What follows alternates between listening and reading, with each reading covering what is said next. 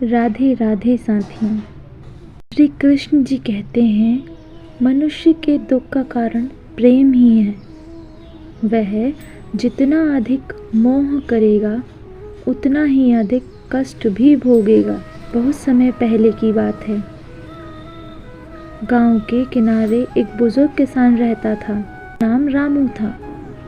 रामू जी ने अपना पूरा जीवन खेती में लगा दिया था। उनका समय बेटे पोते पोतियों के साथ बीतता था।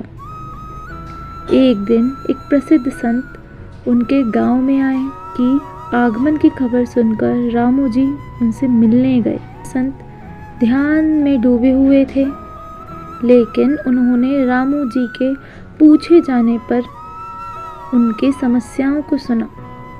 रामू जी ने कहा, महात्मा, मुझे अपने जीवन में संतोष नहीं है। मेरे पास पैसे की कमी नहीं है। मेरे पास एक सुखद परिवार है, लेकिन मेरे मन को शांति नहीं मिलती। मैंने अपने परिवार के लिए अनेक प्रयास किए, लेकिन मुझे सच्चे सुख की खोज में कोई सफलता नहीं मिली।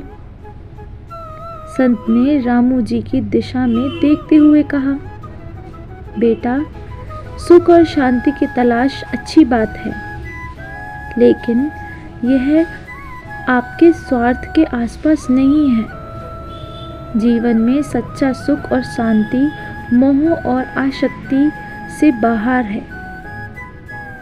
रामू जी ने चिंताजनक आवाज में पूछा, महात्मा, तो मुझे यह सुख और शांति कैसे प्राप्त होगी?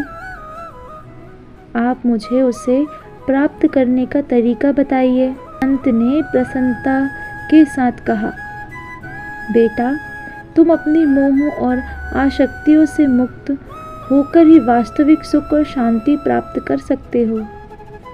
जीवन के रिश्तों में बंधकर तुम सुख की परेशानियों में फंस जाते हो। चलो, मैं तुम्हें अपने साथ भक्ति के मार्ग पर ले जाता हूँ। ऐसा करने से तुम कष्टों से पूरी तरह मुक्त हो जाओगे। किसान को अपने परिवार से मोह था।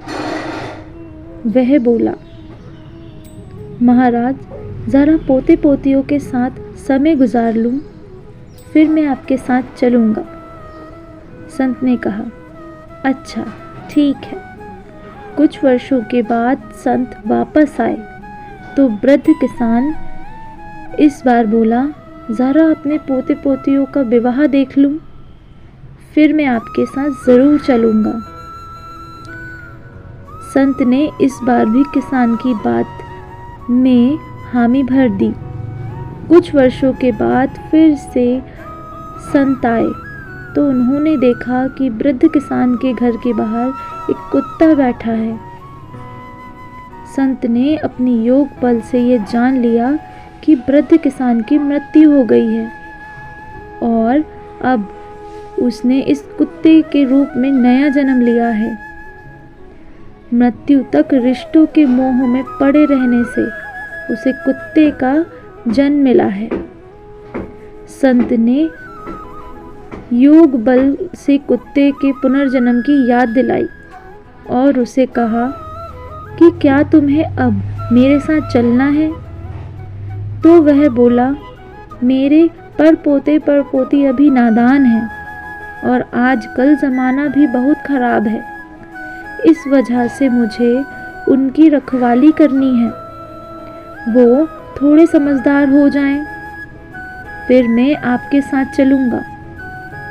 संत हंसकर बोले, अब नहीं आऊँगा, क्योंकि तुम फिर कोई बहाना खोज लोगे।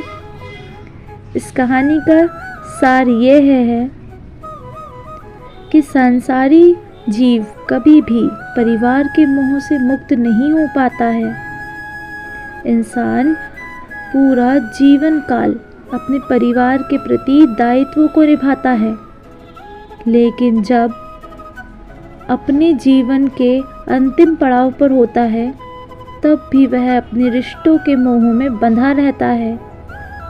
इंसान को अपने खुद के लिए इतना तो करना ही चाहिए कि कम से कम वृद्धावस्था में रिश्तों का मोह त्यागे और ईश्वर का नाम स्मरण कर मोक्ष का रास्ता चुने। कुछ समझ आया आप सभी को? राधे राधे।